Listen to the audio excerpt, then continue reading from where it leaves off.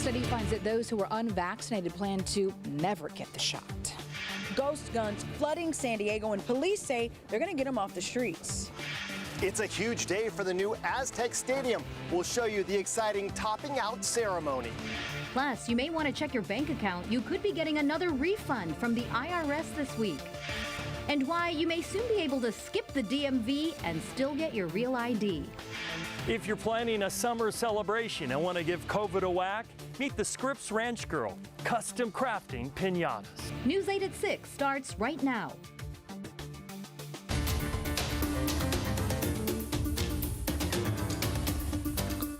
Everyone is being urged to get the COVID vaccine, but some people are just saying no.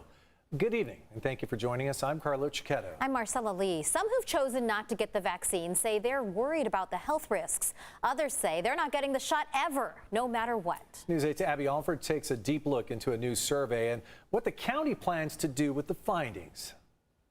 80% of San Diegans are vaccinated, and those who are partially vaccinated do plan to get the shot. What's concerning are those who are resistant, and why. A lot of work needs to be done to convince San Diegans choosing not to get a COVID vaccine. We still have about 1 in 5 San Diego County adults who remain unvaccinated. David Metz is the president with FM3 Research, who the county hired to conduct a vaccine confidence survey of more than 4,000 San Diegans. The results led the county to focus on 3 areas. Partial vaccinations need their second dose, and those who are hesitant and those who are resistant. What seems to be in the way for most of those who are unvaccinated is concerns about the health risks.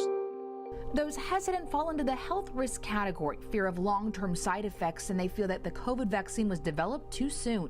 Many of these concerns are among women, and a majority are white. More people of color plan to get the vaccine. The way of reaching people is with people they trust, where it isn't a matter of the factual information they're presenting, but their own personal experiences. Met says that those who are hesitant are more likely to listen to their doctor, family, or friend over a public health official. It's not so much what we say, it's who says it. The county reports that most of the COVID cases, including the recent spike, are among unvaccinated patients. While this may sound alarming, the survey found that 55% of San Diegans not planning to get vaccinated are not concerned about getting COVID, and the facts won't change their mind. It's going to take much more sustained effort to get them to a place where they feel comfortable. The survey also found that County District 3 has the highest number of vaccinations, which is great. But among the unvaccinated in the county, it had the highest number of residents who say they are least likely to get the shot. District 3 Supervisor Tara Lawson-Reamer. That absolutely makes it more imperative for all of us who have the ability to get vaccinated to actually go out and do so, because there are people in our community who don't have that option. Researchers say that family doctors, family, and friends will play a critical role in getting back to normal. The county says it plans to increase its messaging in those areas where people are not vaccinated. All right, Abby, thanks. Governor Gavin Newsom is calling California's rental relief plan the largest in the nation. He says $5.2 billion have been set aside to help low-income renters who have been struggling during the pandemic. It will cover rent that's past due as far back as April of 2020 and future rent payments through September of this year. You now have the ability, if you've vacated the premise, to be able to pay off that to your landlord. We also have a judicial process that will be in place post September 30th to help folks with their credit rating and to help through the process of adjudicating claims.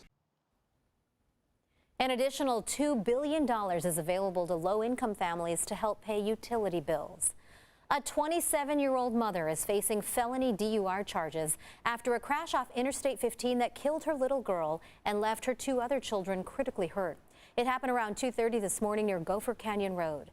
The CHP says the mother was driving north when she veered off the road. Her car then rolled down an embankment. 2 of her daughters, ages 5 and 3 years old, were thrown from the car. Her 1-year-old son was found inside the car, still strapped in his car seat.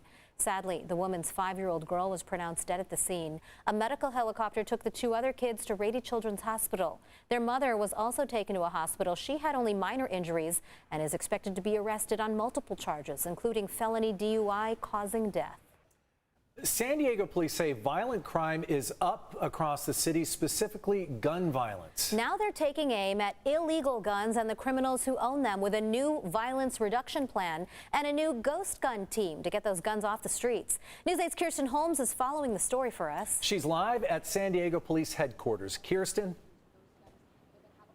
Okay, so that press conference wrapped up a little more than an hour ago where SDPD made some pretty startling announcements. Listen to this. Back in 2018, SDPD seized 4 ghost guns a month. Last year in 2020, that number jumped up to 17 ghost guns that they seized a month. And this year so far, they've seized 35 ghost guns. That's 35 ghost guns a month throughout San Diego. We've seen just a huge escalation in gun violence. 129% increase in gun violence. And that's why Chief David Nislight says they're taking aim at gun violence and ghost guns in San Diego. A lot of people think these are not fully functioning firearms or they'll malfunction really quick, and that's not true. These are, very operable guns. They're very deadly guns. We've obviously had some high-profile cases where ghost guns were used. Ghost guns are guns that are bought in pieces on the internet without serial numbers and then put together by the owner, who then fails to register the finished product with authorities. Police say not registering the gun is illegal, and these guns are most attractive to people looking to have a gun that's not traceable. They will work this case backwards to try to find out where and who are selling these, and then with collaboration with our local, state, and federal partners, will arrest and seek prosecution to the max extent. After a steep rise in crime all across the country and in San Diego, law enforcement are at a loss for why. They say COVID, political, and civil unrest could all be at play. I can't speak of one piece of that puzzle that is really the leading cause of this. I'm just saying collaboratively, that seems to be kind of the recipe for all this. No matter why we're seeing the rise, Chief Nislight says legislation could be the true fix. Enforcing the laws, the gun laws that we have currently, and then we need to close some of the gaps that allow these 80 percentile, these ghost guns, from allowing to be bought on the internet. Okay, so San Diego City Council is looking to help out. They say they're going to draft an ordinance to stop those ghost guns from getting in the city in the first place. They say that they will submit this to the full City Council for review. We'll keep you posted on when it goes up to a full vote. And yeah, that's something we're going to keep our eye on. Back to you. And Kirsten, these ghost guns we've been talking about the past few months, the difficult thing about them is that they are untraceable. So how exactly are police going to track them down? Seems like a really difficult task. Yeah, they couldn't give us a whole lot of specifics on how they're going to investigate, but they say there will be more cops out there patrolling, looking for these guns, and there's also a team dedicated to tracking those guns and those owners down. All right, Kirsten, thanks so much.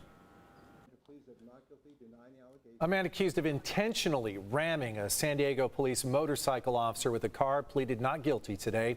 29-year-old Moises Correa is charged with assault with a deadly weapon on a peace officer. Police say an officer tried to pull Correa over last Thursday, but he drove away. And at some point, they say he threw it into reverse and hit the officer before taking off again. The officer had minor injuries. Correa was arrested Saturday morning after an hours-long standoff in Mira Mesa. He's being held without bail and faces up to life in prison because of previous convictions. A major milestone today for the new Aztecs Stadium in Mission Valley as a topping out ceremony was held. The stadium is on schedule to be completed next year. News 8's Steve Price gives us a look at the progress so far. The new Aztec Stadium is actually starting to look like a stadium, which is good because the first event being held here has already been scheduled, an Aztecs football game for September 3rd, 2022. But before they could play that game, they had to have today a huge milestone in the project.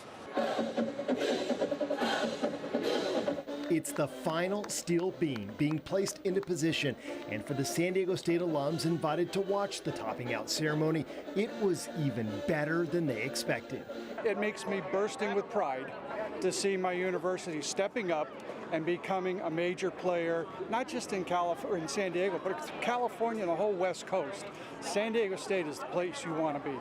2,500 construction workers have gotten us to this point, and another 3,500 will be added to complete the project. When finished, the stadium will hold 35,000 people. The intimacy of the seating bowl will easily make this the best venue in the region to watch football, soccer, concerts, and yes, even tractor pulls. While today's event was all about celebrating the new stadium, city officials make it clear this project is a lot bigger than that, with plans for university research facilities, housing, hotels, and a huge river park that all San Diegans can enjoy. San Diego, I believe, should think big and it should think bold. And this project, this stadium project, and the entire Mission Valley expansion of SDSU's campus, that's big, it's bold, it's exciting, it's the kind of stuff that the 8th largest city in the country should be doing. The project's economic impact is expected to top $3 billion, allow for an increase in enrollment at San Diego State, and provide 17,000 jobs annually. As for what's next at the stadium, officials say the seats will start going in, along with the building of concession stands and suites. They say right now they are actually ahead of schedule. This is as cool as it gets. It is spectacular. It's even more wonderful, more beautiful than I expected, and I expected a lot. In Mission Valley, Steve Price, News 8.